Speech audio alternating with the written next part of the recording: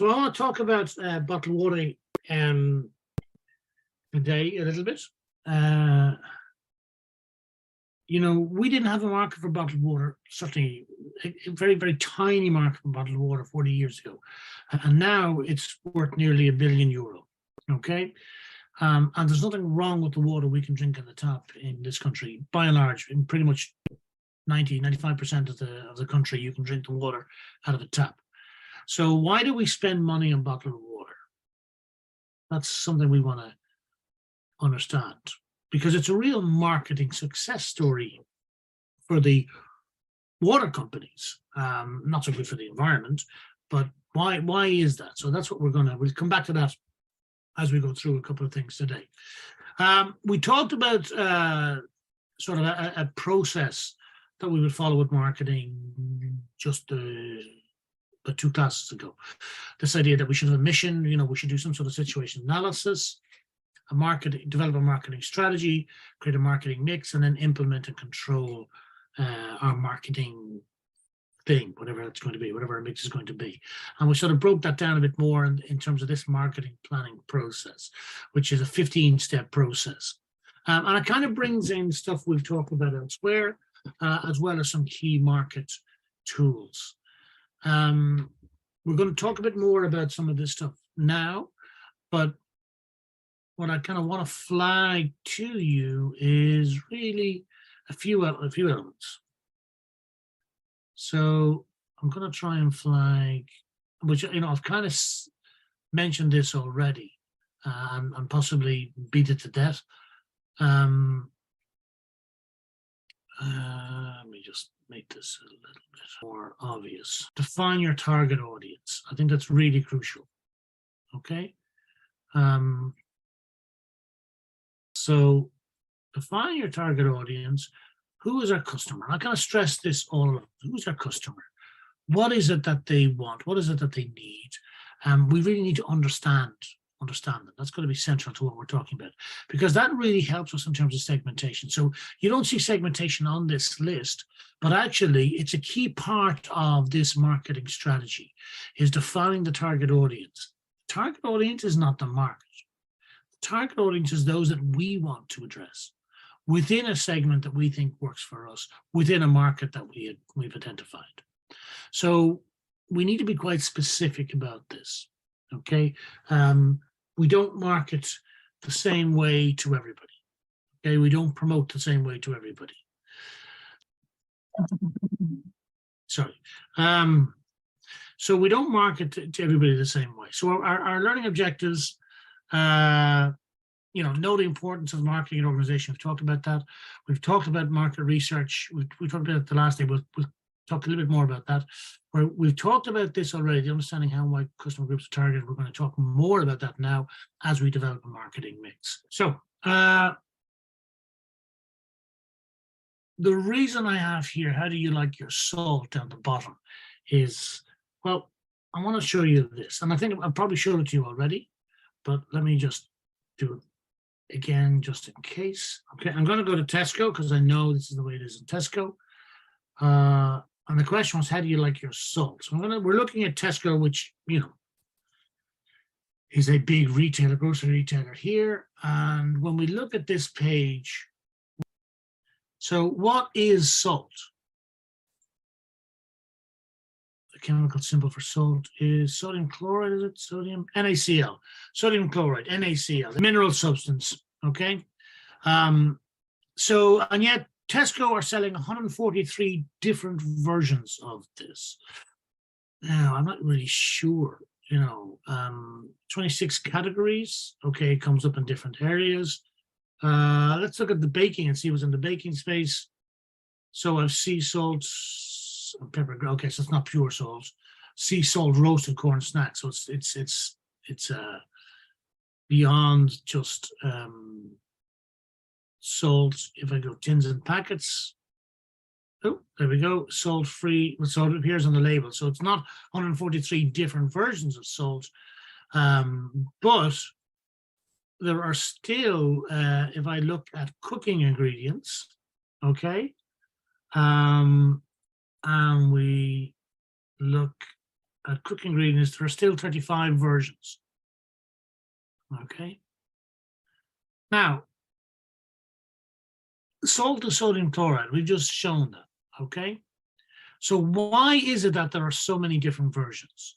Why have they so many different products? Well, we've got Saxa salt, 750 grams, okay, which is 320 a kilogram. We've got rock salt grinder, so you can get a rock salt, which is 9.90 a kilogram, 3 times the price. We've got Tesco cooking salt, 1.5 kilograms, 83 kilograms, 83 cents a kilogram.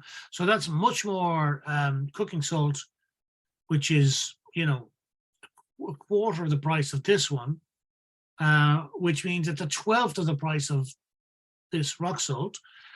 Don Carlos organic fine sea salt is 3.86 a kilogram, and so on and so on. Coarse salt, finest pink Himalayan, €14.74 a kilogram. Low salt, is that like for diets? I don't know. We've got Malden sea salt, 13 euro a kilogram, 14 euro a kilogram, really. 14.5 euro a kilogram for I Love Sea Salt large grinder, 340 grams. Himalayan pink sea salt grinder, this is the most dear so far, €15.36 a kilogram. Tesco garlic salt, I mean, seriously? Oh, well. Giovanni di Firenze Mediterranean sea salt, 90 grams, selling for €3.29, which looks cheap, but working out at €37 a kilogram. €37 a kilogram. You know, this is, I don't know, are there others? Onion salt, Nando's peri peri salt. Oh my God, even dearer again, we're going higher again. Schwartz garlic salt, so it's with salt with garlic, okay? Okay, the bottom line is salt, NaCl, sodium chloride. It comes in different types in terms of it can be finely ground or coarse ground, but when you get a coarse ground, you're going to use a grinder, you're going to grind it down anyway. So you're paying more and you're going to do the work. It's still sodium chloride. There may be slight differences in it. So if it's pink Himalayan, there's probably some extra mineral in it that makes it pink. We might add something to it like garlic or whatever. It might be packaged in a different way. There might be different volumes in the package, but it's still just salt. So the lesson here is that the market is defined. Tesco have defined the market, and the producers have defined the market in lots of different ways. They have found segments within the market. Why would somebody buy a rock salt grinder? Well, who would be that person?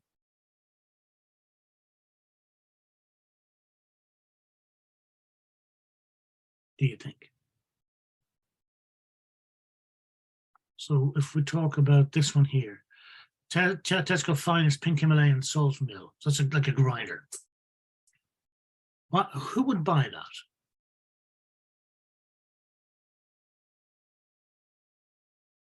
Who would buy the, where was this one? The Giovanni pink Himalayan salt grinder, 90 grams. Why, Esther? Why would girls buy it? Wow. Okay, because it's like a beauty product. Okay. I never thought about that. Okay. Wow. Okay, interesting, interesting. I'm not going to ask you, Esther, if you bought it. But you've identified a distinction, a segment of the marketplace, a particular profile of customer. And that's the lesson, is that there are different people want different things. So we don't all want the same thing. We don't all need the same thing. And in those differences are opportunities for gaining market share or opportunities for exploitation. So there are opportunities. So let's go back to our slides. How do you like your salt? That was the question, because there are so many different variations. So this is the kind of thing I wanted to get across, is that there are variations, there are segments within markets. We're not all the same. We have different wants, we have different needs, we have different amounts of money available. Okay. So how and why are customer groups targeted? Well, we first of all, we got to look at who. So we segment the market into groups to identify different groups, because we can then focus on individual groups. We identify target markets, we identify customer groups, and then we decide, well, okay, how do we best reach those groups, and how do we package and make available our products and services in such a way that those groups can best use them, or that we best meet their needs. So we might look at things like how people consume the products. So some salt products might be used for beauty. I don't know how, but there we go. That's my limited knowledge. But then we might use them in cooking. We might use them for different flavors. Some people have very fine palates. Some people want to do, they just like the taste of the maybe coarser salt, which is sort of comes from a grinder maybe. So we look at how people buy and use the products and services. We look at their demographics, we look at backgrounds, we look at socioeconomic groups. We decide whether we're looking at business to customer or business to business. So this can help us segment the market as we go along, okay? So for market segmentation, a key consideration is, do we segment or not? Whether to segment a market, whether to segment a segment. So how small do we drive down? Okay. Depending on who we are and what we're about, we might have an undifferentiated approach or a differentiated strategy. Okay. What does that mean? That means, do we treat everybody the same, or do we treat people differently? And what we just looked at what Tesco is. Tesco is saying, you know what? We sell to everybody. So we recognize that we're kind of selling to lots of different people. So we're going to stock lots of different versions of the product, so that everybody can get a product that they want, okay, and that fits their need. Whereas somebody like Aldi or Lidl, a different retailer, they focus on a much narrower range. They focus on a much, much narrower range, okay? And they say, we have salt available for you if you want. We don't necessarily have pink Himalayan, finely ground mill. We don't have, with an Italian rock sea salts, whatever. Okay, we have table salt, we have salt and grinders, and we have pink Himalayan. That's it. Okay, because what they're saying, they're realizing is that there is a market maybe for all these other things, but 80-90% of the market is right in those three segments. Okay, whereas Tesco is saying 100% of the market. So that's a decision that different businesses make. So how do we approach this? Now, Tesco is Tesco has an undifferentiated approach in that Tesco is the same for everybody because it's providing everything. Whereas specialty grocery stores or craft food stores are focused on a very specific type of customer, and they've got a differentiated approach. Just like the salt manufacturers, salt providers have different approaches. They're saying, okay, so Saxa is saying, we just do salt, basic salt, simple, same all the time, maybe a low sodium version, but there's only one or two versions of Saxa salt. Whereas other producers are saying, we're producing this pink, fine, or coarse, ground, whatever, okay? So there are different approaches, okay? And we need to think about that. So we could, I'm going to skip the Airbnb. I'm going to look at this, the Volkswagen Group. So these car manufacturers and truck manufacturers are all part of the Volkswagen Group. So it's the same thing really as salt. The top line, the top four there, Volkswagen, Audi, Seat, and Skoda are all mass market cars.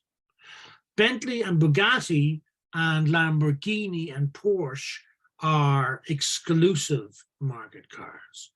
Ducati is a motorcycle range, and then Volkswagen commercial vehicles is like Volkswagen vans, but then Scania and MAN are big heavy truck brands.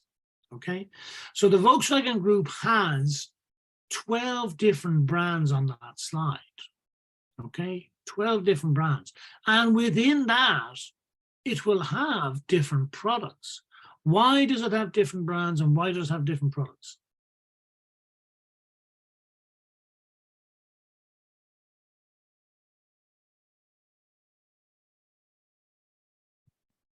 Any idea? Hi, Andrew. Any idea?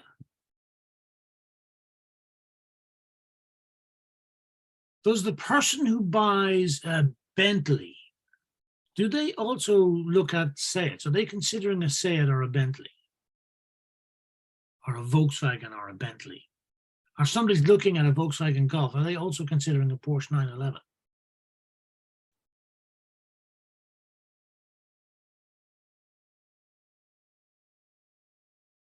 They're probably not.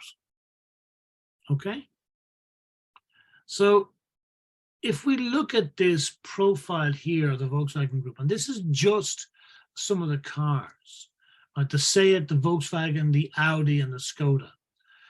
What we see is that they have some competition between brands, but they're spread across segments in the marketplace. So here's the type of car in one sense. Well, it's I suppose it's one axis. So a mini car, a small car, a compact, an upper middle class car, an upper class or a luxury vehicle. Okay, and they've got different functionalities across the top. So hatchback, I don't really know what a notchback is. I'm not really sure what that is. A station wagon, a multi-person vehicle, MPV, a sports coupe, a limousine coupe, a roadster, a cabriolet is a convertible, okay, a pickup, and an off-road vehicle, okay, and those sort of things are sort of mapped against I suppose the value in the marketplace. So the mini cars are all tend to be hatchbacks. They don't sell, cabriolets, convertibles in the mini car market. It doesn't make sense. First of all, the product's not great, and secondly, people who are buying mini cars are those are the lowest price cars. Okay, we have some in the compact cars, which is sort of the small family cars.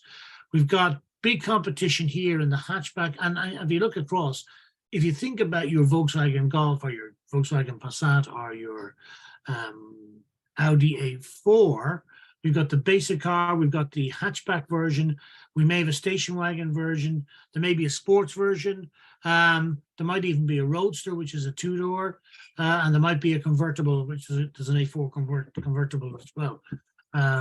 Actually, it's an A40, this might be the A3. So the point is that Audi has different products in different categories. It's not the car market. Audi has identified 1, 2, 3, 4, 5, 6, 7, 8, 9, 10 by 7. So 70 potential segments, of which, they're talking about 3 and 6 is 9, 13, 16, 18, 19, 20, 22, 24, 26. They're saying that they're in 26 of those 70 potential segments. They have a product or products. So in these segments down here, which is mass market stuff, they've got 2 or 3 products in most of those segments. Okay. In the higher end, well, they've only got 1 product in a lot of these. There's 3 products there: Bentley, a Rolls, and a I don't know what that is. Bentley, Rolls, and is it Bugatti? Is that what it is? I don't know. I don't know what the other one there is. Might be might be, I don't know. So the point is that they've got these different segments and different products in it. Okay. The reason I suppose this is possible is because Volkswagen is a huge business. If you were starting off, you might start off in one of those segments. So Tesla, when it got going, Tesla started in, let's make this fine red. Tesla started in one segment. Tesla started in the Roadster segment, somewhere around here, really. Okay, maybe somewhere like that there. Okay, and then Tesla sort of came down a bit, maybe slightly down and into the middle to compact sort of space. Well, more in the middle to upper and in the somewhere around here. Okay. And then after that, Tesla's next product was probably down here, more mainstream. Okay, so that's sort of been Tesla's approach. Okay, let's make it stand out more.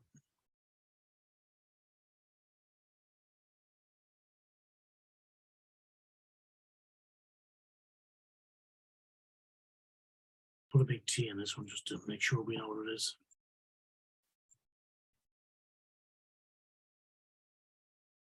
Okay. If we look at segments in a slightly different way, so this is the cost of ownership, low cost to high cost, and the product excellence, bad to good. Well, the really, really good stuff is the luxury segment, okay? And what we find is we don't find low cost of entry vehicles really in that segment. Down here, we seem to have the, the higher end stuff, the Mercedes-Benz, the BMW, the Lexus, Cadillac. Whereas over here in the lower cost of entry, cost of ownership segment, we've got brands like Hyundai and Kia. Now, this is an old chart. They used to be there because they didn't have great reputations for quality. Whereas, you see other brands here, so much lower cost of ownership Toyota because they're very reliable, and they're sort of moving towards the premium segment. So actually, from a mass market point of view, up here is where you want to be. Okay, from an exclusive point of view, down here is okay because people are willing to spend the money, but they're looking for the really good stuff. So that's an interesting way of looking at the market as well. The point is, we've got to understand which segment we're looking at, which part of the market we want to try and get into. Okay, so we could run an exercise like this and talk about, where we are. Second. If we were looking at market research, first of all, who might be the customers for some of this stuff here? So who might be the customer for the coffee cart?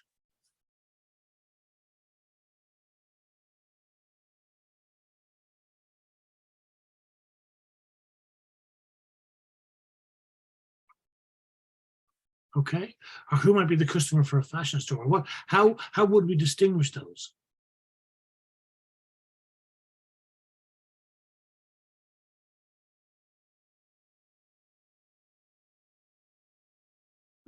We might say for a coffee cart, it's somebody who's it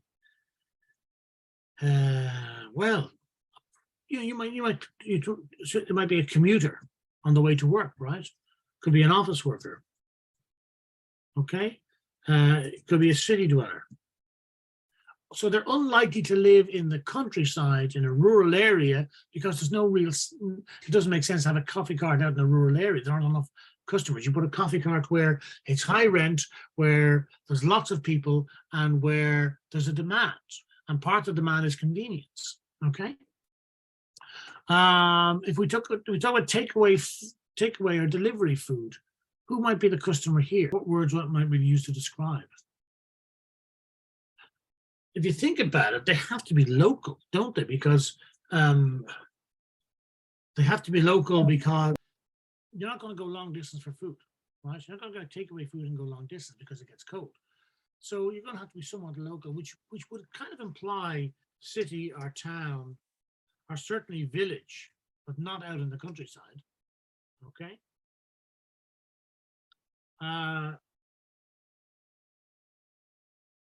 And convenience, so time poor. Now, not always just time poor, or maybe lazy. Okay, yeah. So when we look at any business, any opportunity, what we're trying to do is understand the marketplace and who's in it. Okay, so here's a couple I looked at before. So in terms of the coffee cart, so what are we actually selling here? So we'll start what we're selling. What we're selling is a coffee, which is a hit of coffee, right? Or maybe tea. Maybe convenience is part of the thing, particularly around city dwellers. Maybe disposable package, that might be part of it. There might be some pastries or donuts or snacks and quick service. So the coffee cart is all about convenience and snack and, getting your coffee hit, really. So what we might say then are some of the attributes about somebody who might buy coffee from a coffee cart, where they're getting coffee on the way or on the run or on their commute, if you like. So convenience is a key part of it. Speed is important to them. And maybe because they go to a particular coffee cart because it's artisan or because it's they like the way it's produced over here. There is an opportunity for differentiation as well. So we can look at markets in different ways, okay? So the key to this is, first off, identify the market, okay? The total addressable market, we talk first of all. So the total addressable market is, these are the people we could provide our products and services to. So Coca-Cola's total addressable market is this big. The local restaurant's total addressable market is this big. So what's the total addressable market for our existing products or for the new products or services we're looking to introduce?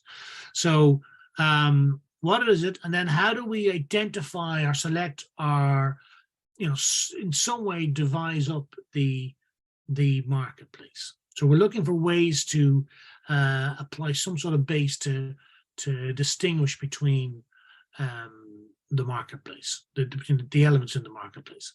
So we're all familiar with Netflix, right? How does Netflix break up the market? Or what are some of the ways that Netflix does that? Because Netflix offers a whole range of products, really, doesn't it? Okay. First of all, it does do some breakdown of the market based on geographical region because of on nation states, basically, country borders, because different countries have different rules and they can break, and the content requirements and the content protection, I suppose, the licensing is normally country specific, okay? So that's a natural break there. But there are other ways they break up the market, by language, by culture to a certain extent. So it doesn't mean that you can't look across, but I know on my Netflix, one of my filters, if you like, or one of my categories is foreign language, of which Spanish is a lot of it, okay? Or they break it up in terms of the type of entertainment people want, whether it's comedies or horror or sci-fi or drama, or crime or adventure, don't they?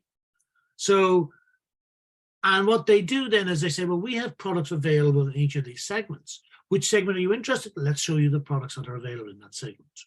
Okay, so there's that sort of breakdown and addressing of the needs. Now, Netflix is at the scale where it can do that. But if we were starting up to build a Netflix, well, we might decide, okay, the biggest potential market is, well, maybe we talk, there's no point in talking to people in the age between the ages of 16 and 24 because they're all stuck to TikTok. Maybe the biggest market is stay-at-home moms or, moms, parents of young kids who are kind of, stuck to home a lot. All right.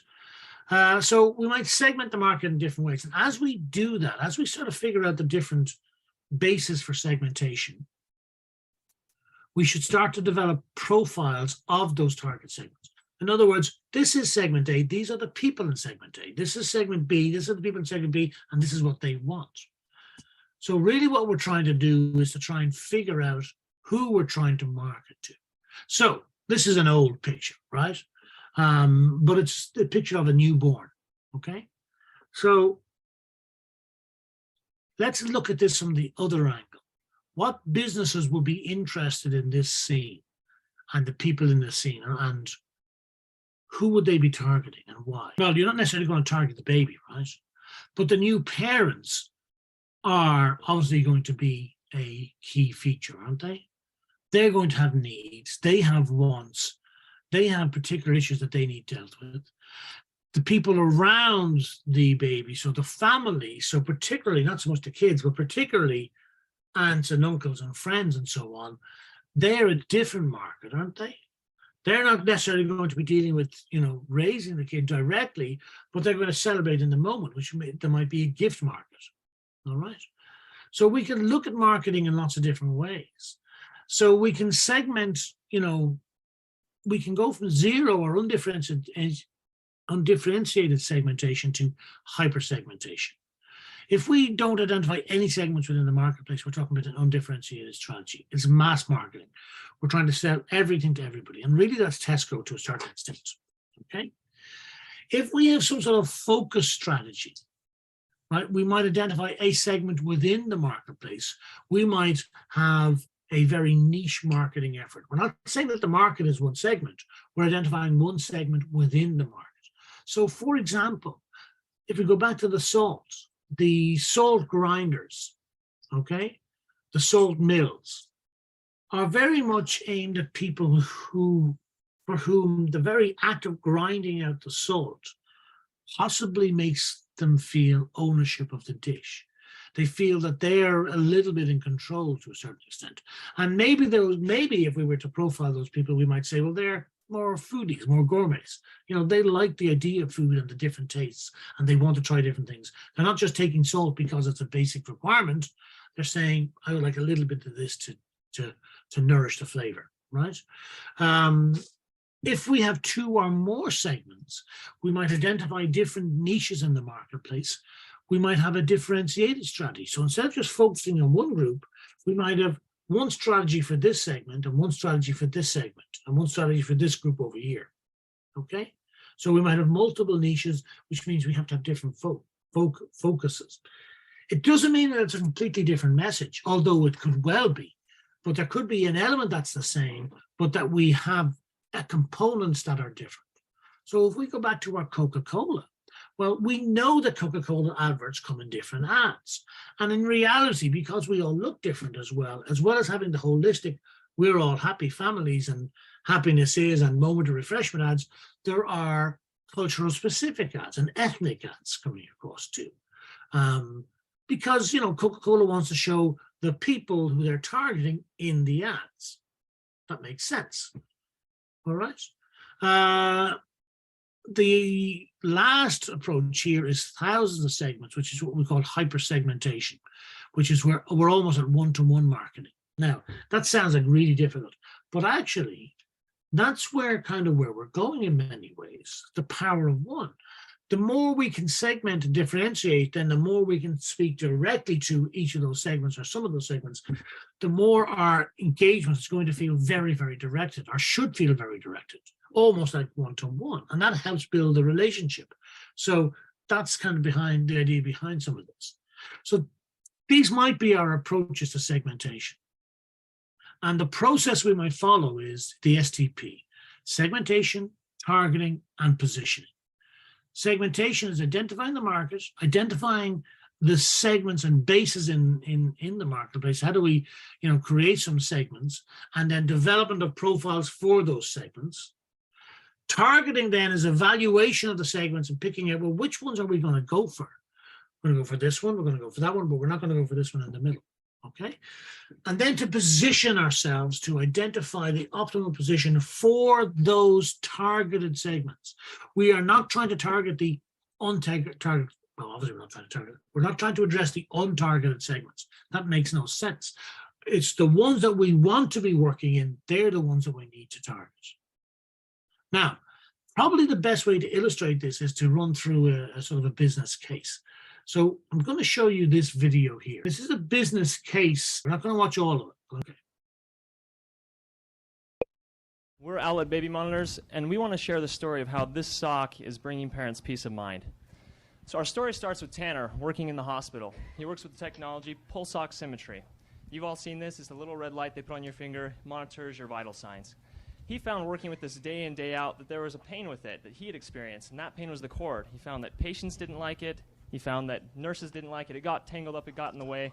So he assumed that other nurses would feel the same way. So he went ahead to test that assumption. He thought, what if we had a wireless pulse oximeter? We could have nurses use it, and we could sell it through the hospitals. So in validating that, he went out and talked with 58 nurses. He found a really good response rate. 93% said they wanted to see this over the existing technology. However, going back to the hospital, talking with administrators, he got a very different story. This was not a pain for them. It was about money, and it wasn't cost-effective for them, and so they said no. So we learned a very valuable lesson. Your user is not always your customer. Even though we found a user that loved the idea and wanted to use it, they did not have purchasing power, and so going from the yellow, it goes back to red. It's unvalidated. So they're not our customer. We had to move on somewhere else. This didn't cost a thing, and it only took about a week to validate. So we knew that we needed to pivot. Kurt Workman had experienced firsthand in his family the pain that comes from a child being lost to respiratory failure. And so he thought, what if we pivot, use the same technology in an in-home setting for infants? We can monitor vital signs, blood oxygen levels, heart rate, and report that to a parent, where if there's an emergency during the night, it will alert and alarm the parent, giving them peace of mind knowing that they'll have that type of alert. He had found, in addition, that SIDS is the #1 cause of infant death in the United States. It's often respiratory related, which increases parents' anxiety a lot. In addition, there's 4 million babies born in the U.S. every year. And so at that size, we figured and assumed that's a really big pain. I bet a lot of other parents feel this pain. So we went out to test that assumption.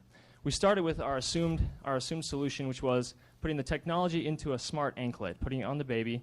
It wirelessly would send that information to a relay station, which was capable of alerting and alarming the parents if there was an emergency, as well as pushing the information onto a smartphone for convenience. So we completely pivoted from our original idea. We started focusing on creating value in a new customer segment for parents in the home setting, helping bring them peace of mind. So we knew there was 2 types of risk we'd be facing in this. Market risk, will someone buy it?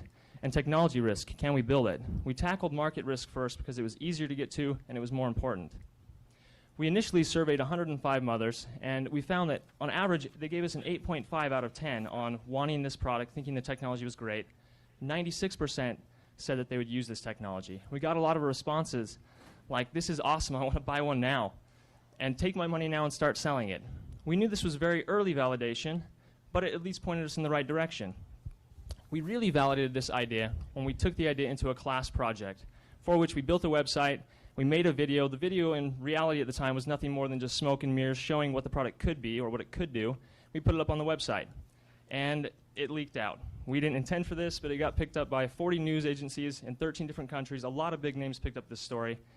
And because of that, we received over 500 emails in our inbox. Most of these were from parents begging for the product, saying, we want the peace of mind you provide. We're not sleeping well at night. We're willing to buy a prototype if that's all you have. And so from that, we feel we really validated that, yes, there is a pain here. These parents want the peace of mind that this can provide. In addition, we had 15 distributors around the world reach out to us. Among these, one from our major competitor said they're willing to drop that account, which brings them $2 million in revenue per year, to pick up our account. The second that's moving forward the fastest wants to do $50,000 in pre-sales to get this into their market the quickest. The great thing is all of that validation, it came from virtually building nothing at that point. And so we feel that indeed, yes, we did validate that there is a pain here and there is a customer that we can service. That only cost us $220 and took about 2 weeks to determine. So our next question was, how are we going to reach our customers? We initially thought through hospitals, but after talking with pediatricians and mothers, we realized that the best place to sell it would be in the retail location.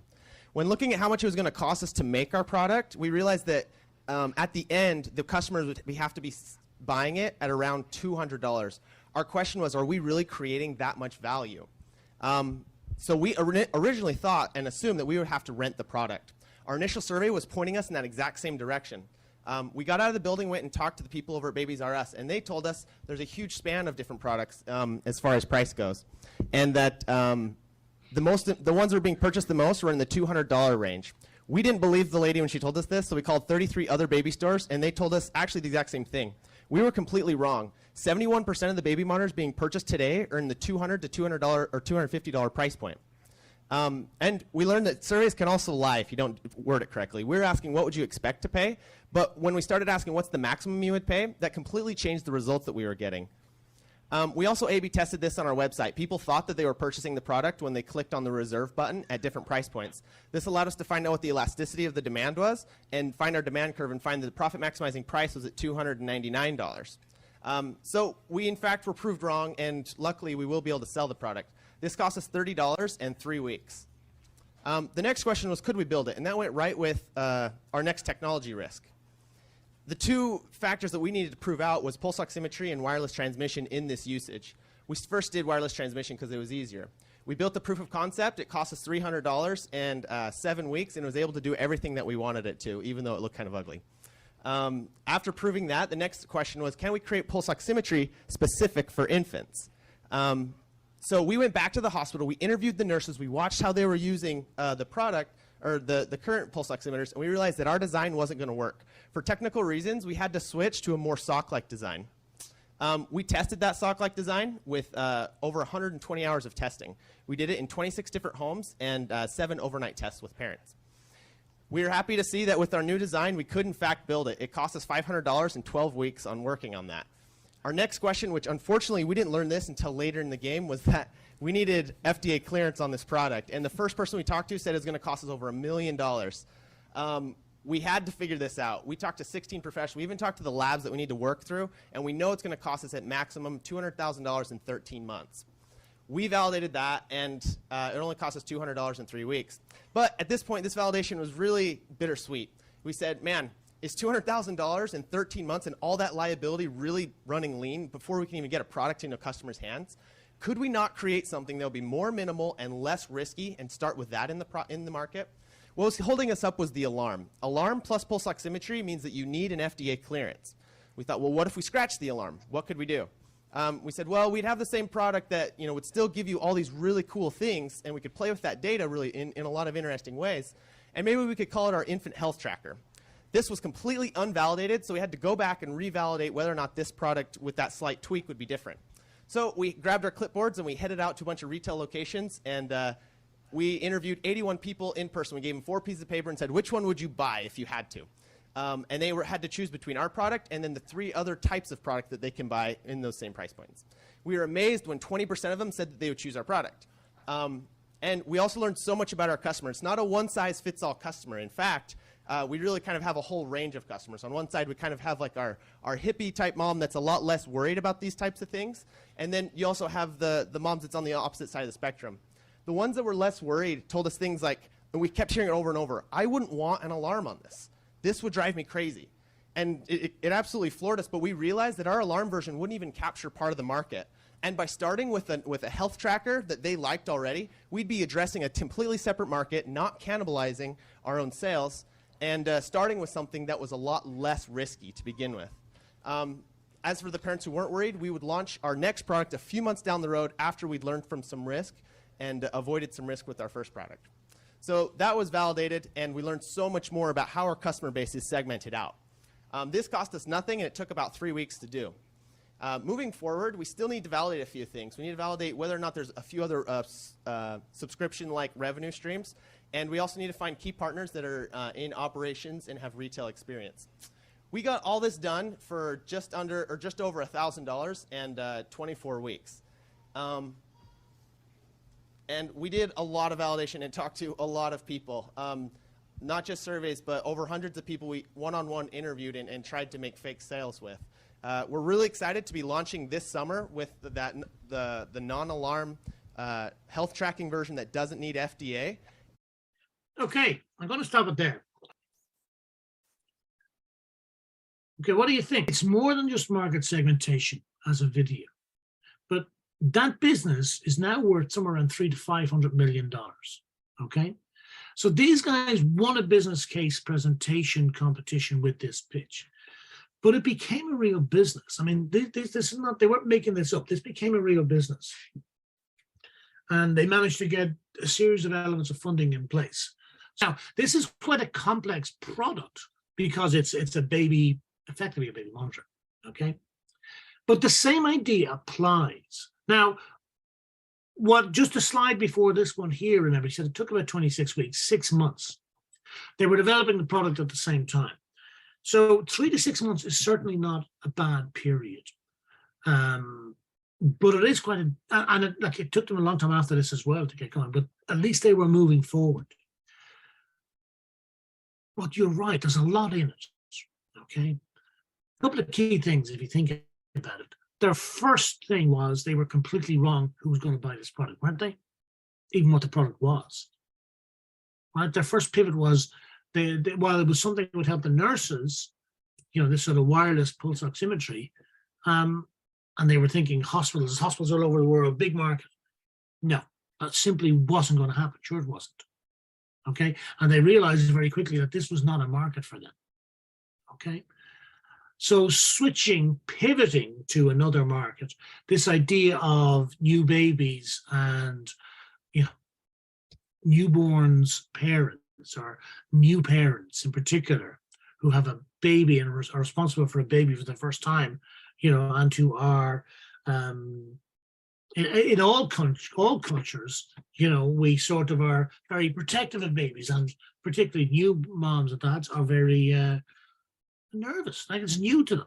Okay, so they realized there's a potential market here, and it wasn't exploitative. They realized there were some products out there, but they had this idea that, this could actually work. We could do this as an alternative to some of the other products. And some of these other baby monitors. So I remember when our youngest one, we had one of these things, because, we were these parents. We had one of these things. We had this sort of baby monitor thing in the cot. And what it was a protection against that exact thing of sudden infant death. We had this thing in the cot with the baby, and there was a thing under the mattress so that the baby stopped breathing, it was going to set off an alarm. It was not foolproof, as we discovered when the alarm went off, and of course chased up the stairs, wondered what was going on, emergency and everything else, to realize the baby had just rolled over to the side. So existing products weren't particularly effective. So I guess there's a need, right? So clarity about the need, clarity about who the customer was and who the segment was. In particular, at the end here, they realized that their first market wasn't even the ones who were more worried, who were looking for an alarm, but it was the ones who were interested in the health aspect, the monitoring aspect. So just back here, right, when he looked at this piece here and he talked about these customers, the less worried customers, they were the ones who actually they could start with. So only get that from investigation and consideration and so on. So that's why it's a useful video to look at. So let me just go back here, okay? So this idea of segmentation, right? We may look at some of the segmentation basis. We could do it by any one of these categories or these groups of categories: geographic or demographic or psychographic or behavioral. Demographics, of course, is easy in one sense. It's age or gender or race or income bracket or language spoken potentially. Geographics could be, in the city or in the rural areas or in this country or in this economic zone. Behavioral could be, once we're using social media. We can apply one or more of these bases as a way to filter down and segment our marketplace to people that we could actually target. There are marketing terms such as yuppies. Have you heard of yuppies? Young, upwardly mobile professionals. So this was a thing. This was the first, I suppose, of what I'm calling demographic soup. This was one of the first categorizations done back in the 1980s. And it was almost like a joke thing, really.